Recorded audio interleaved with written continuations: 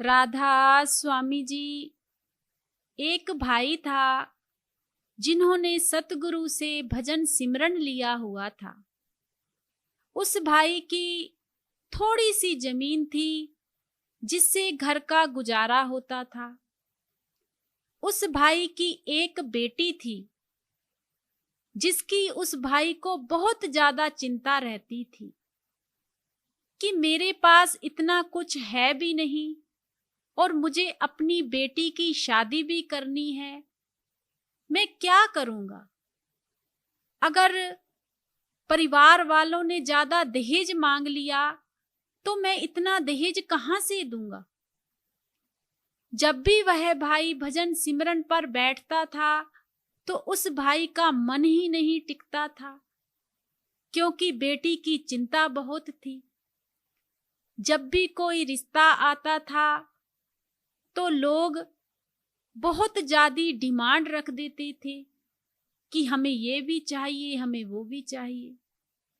इस चीज को सुनकर वह परिवार वाले रिश्ता ही नहीं करते थे। एक रिश्ता आया भी और वह हो भी गया, पर जब शादी का समय नजदीक आया तो उन लोगों ने भी बहुत ज्यादा डिमांड रख दी। कहने लगे हमें बड़ी गाड़ी चाहिए।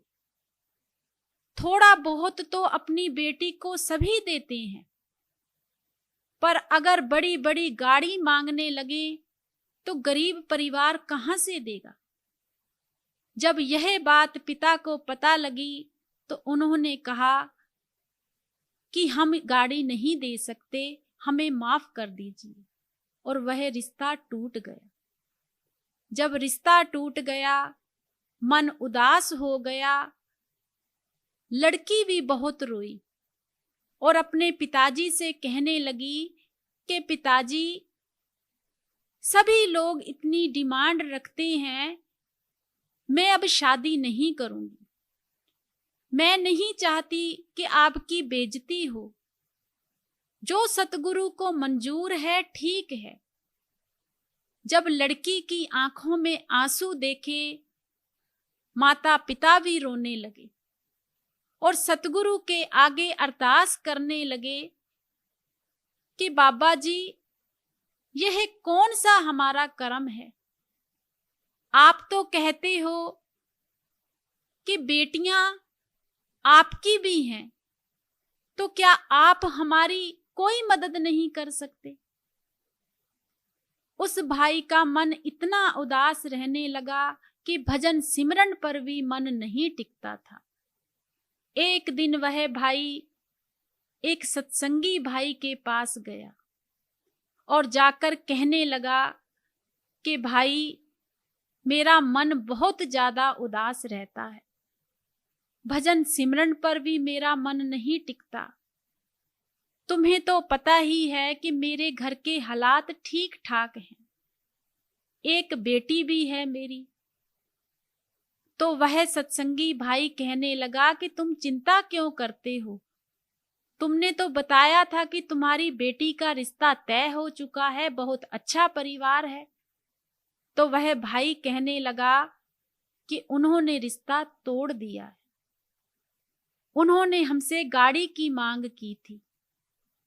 जब यह बात भाई ने सत्संगी भाई से कही तो उस भाई का भी बड़ा मन उदास हुआ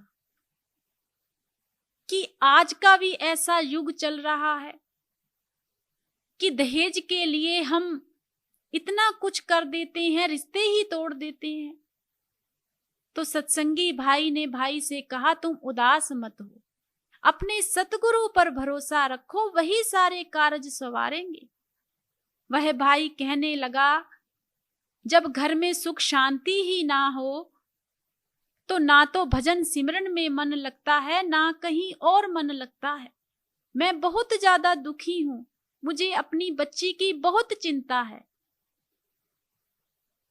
तो सत्संगी भाई ने कहा कि आज मैं तुम्हें कुछ बातें बताता हूं।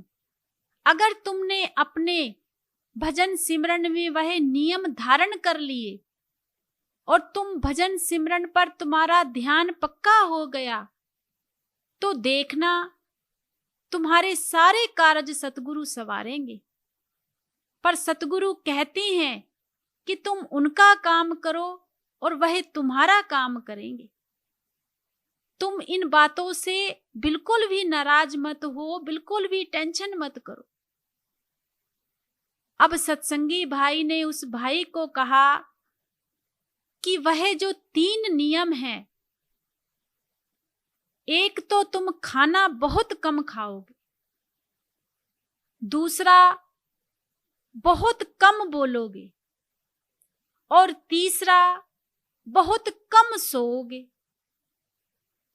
अगर तीनों काम तुमने अपनी जिंदगी में पक्के कर लिए तो देखना तुम्हारा मन भजन सिमरन में जरूर लगेगा।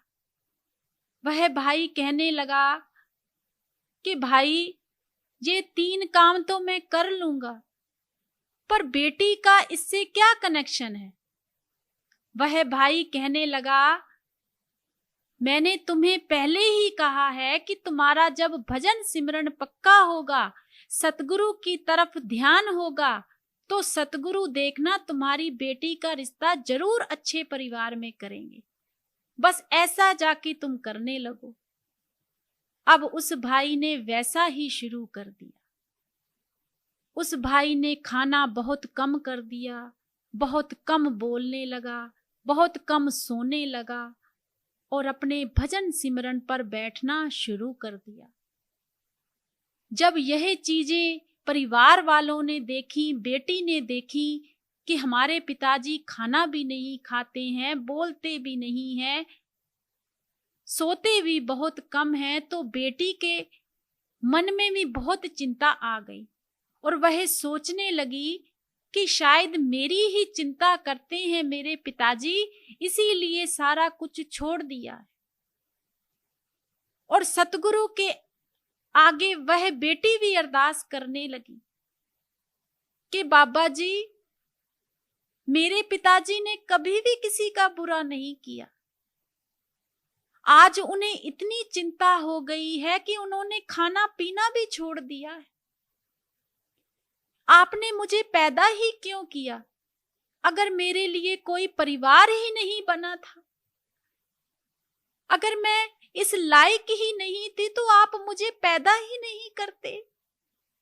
पर आज मेरी वजह से मेरा पूरा परिवार परेशान है। उस दिन बेटी की आंखों में आंसू थे।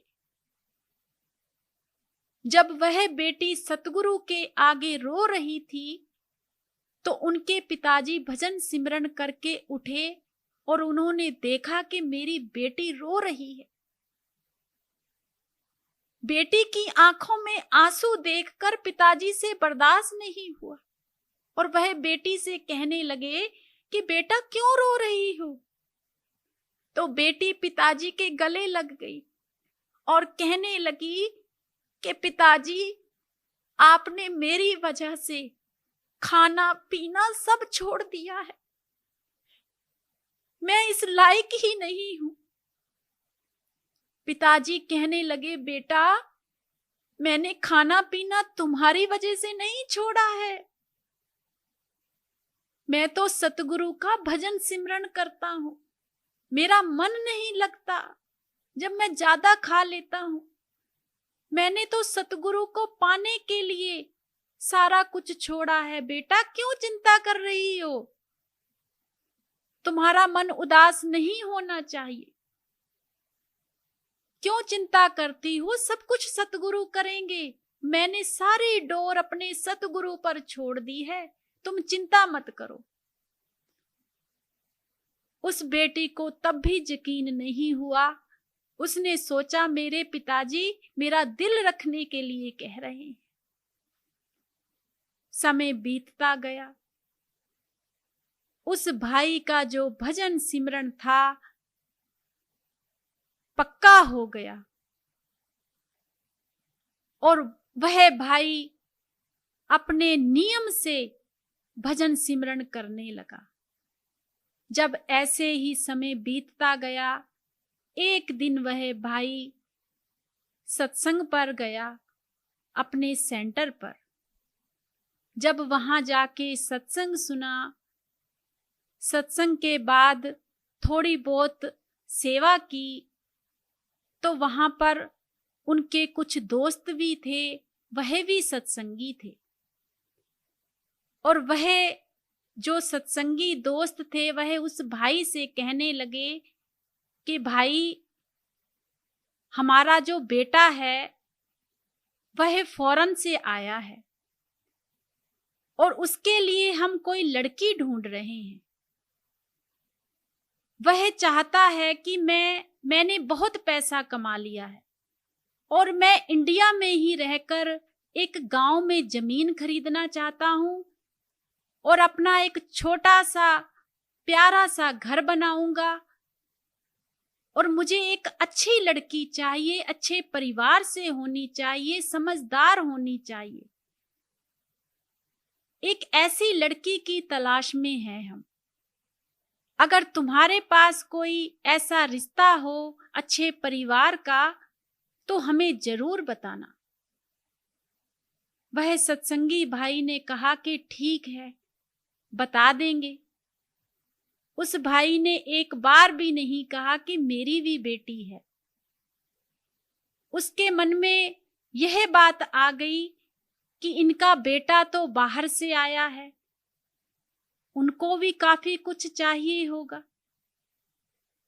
उस भाई ने कहा ठीक है, अगर कोई रिश्ता होगा तो मैं जरूर बताऊंगा। और वह भाई अपने घर आ गया।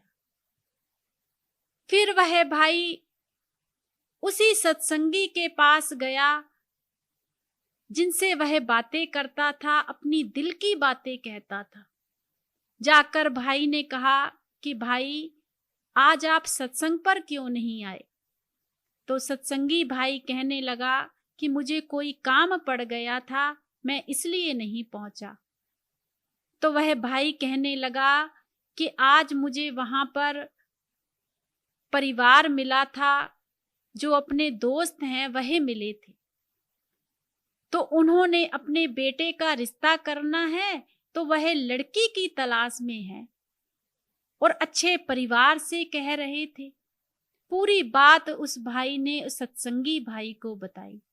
तो सत्संगी भाई ने कहा कि भाई, आपने क्यों नहीं कहा कि आपकी भी बेटी है? तो वह भाई कहने लगा कि तुम्हें तो पता ही है कि मैं किस लायक हूं। क्या पता वह मेरी बेटी से रिश्ता करते कि ना करते। मेरी तो पहले ही इतनी बदनामी हो गई थी जब पहला रिश्ता टूट गया था। मैंने उनसे कुछ नहीं कहा। तो वह सत्संगी भाई कहने लगा कि कोई बात नहीं, मैं बात करूंगा, तुम चिंता मत करो। अब जो सत्संगी भाई था वह उस परिवार से मिला और उस परिवार से पूरी बात की कि तुम तो उस भाई से रिश्ते के लिए कह रहे थे, उनकी तो खुद की बहुत प्यारी बेटी है, बहुत सुशील है, समझदार है। अगर तुम कहो तो मैं उनसे बात करता हूं। वह परिवार वाले कहने लगे कि अगर उसकी बेटी है तो फिर उन्होंने क्यों नहीं मुझे बताया? पर हमें तो पता लगा था कि उनका रिश्ता तय हो चुका है, इसीलिए हमने उनसे कहा नहीं। तो वह सत्संगी भाई कहने लगा कि वह रिश्ता उन्होंने तोड़ दिया था, वह सही नहीं था। वह परिवार वाले बहुत खुश हुए। वह कहने लगे, उस बेटी को तो हमने देखा है, वह तो बहुत ही प्यारी बेटी है, बहुत ही सुशील है, फिर तो हमें चिंता करने वाली कोई बात ही नहीं है, हम तो उन्हीं की बेटी से रिश्ता करेंगे। अब वह जो परिवार था और वह सत्संगी भाई था, वह उस सत्संगी परिवार के घर आ गया। जब घर पर आए तो परिवार वाले देखकर हैरान हो गए कि इतने लोग हमारे घर आ गए हैं। जब देखा कि यह तो वह ही परिवार है जो अपने बेटे के लिए रिश्ता ढूंढ रहे थे, बैठे, चाय पानी की सेवा की। तो जो सत्संगी भाई था, उन्होंने भाई से कहा कि यह तुम्हारी बेटी के लिए तुम्हारे घर आए हैं और तुम्हारी बेटी का यह रिश्ता मांग रहे हैं। तुम्हें तो सारा कुछ इन्होंने पहले ही बताया हुआ है। अगर बताओ तुम्हें मंजूर है तो रिश्ता तय कर लेते हैं। तब उस सत्संगी भाई की आंखों में आंसू, और वह भाई वहां से 2 मिनट के लिए उठ के चला गया और जाकर पहले अपने सतगुरु के आगे शुक्राना करने लगा कि सतगुरु, आज तो खुद चलकर परिवार मेरे घर आया है और अपनी बेटी का रिश्ता मांग रहे हैं, और सबसे बड़ी खुशी की बात यह है कि वह परिवार भी सत्संगी है। शुक्र है मालका तेरा। आंखों में आंसू थे। अपने सतगुरु के आगे अरदास करके वह भाई फिर से उस परिवार में जाकर बैठ गया और जाकर कहने लगा कि मैं पहले ही सारा कुछ बता देता हूं कि मेरे पास देने के लिए कुछ भी नहीं। जो मेरे पास होगा मैं अपनी बेटी को खुशी से दूंगा, पर अगर आपकी कोई डिमांड है तो आप मुझे पहले ही बता दीजिए। वह परिवार वाले कहने लगे कि भाई, इतने टाइम से हम एक दूसरे से जुड़े हुए हैं, सत्संग पर जाते हैं, इतना हम लोगों का प्रेम है, और आज तुम कैसी बातें कर रहे हो। हमें कुछ नहीं चाहिए, बस हमें बेटी चाहिए। सारा कुछ हम खुद करेंगे, तुम्हें किसी बात की चिंता करने की जरूरत नहीं है, सब कुछ हम करेंगे। और जो भी उनकी रस्म थी, उन्होंने उसी टाइम लड़की को भी प्यार दे दिया, सगन दे दिया, और वह रिश्ता तय हो गया। और कुछ ही दिन बीते, शादी का समय आ गया। सारा का सारा खर्चा लड़के वालों ने किया। वह लड़की वालों से कहने लगे कि आप कुछ भी नहीं करोगे, सब कुछ हम करेंगे। बहुत ही अच्छे परिवार में बहुत ही अच्छे तरीके से उस लड़की की शादी हो गई।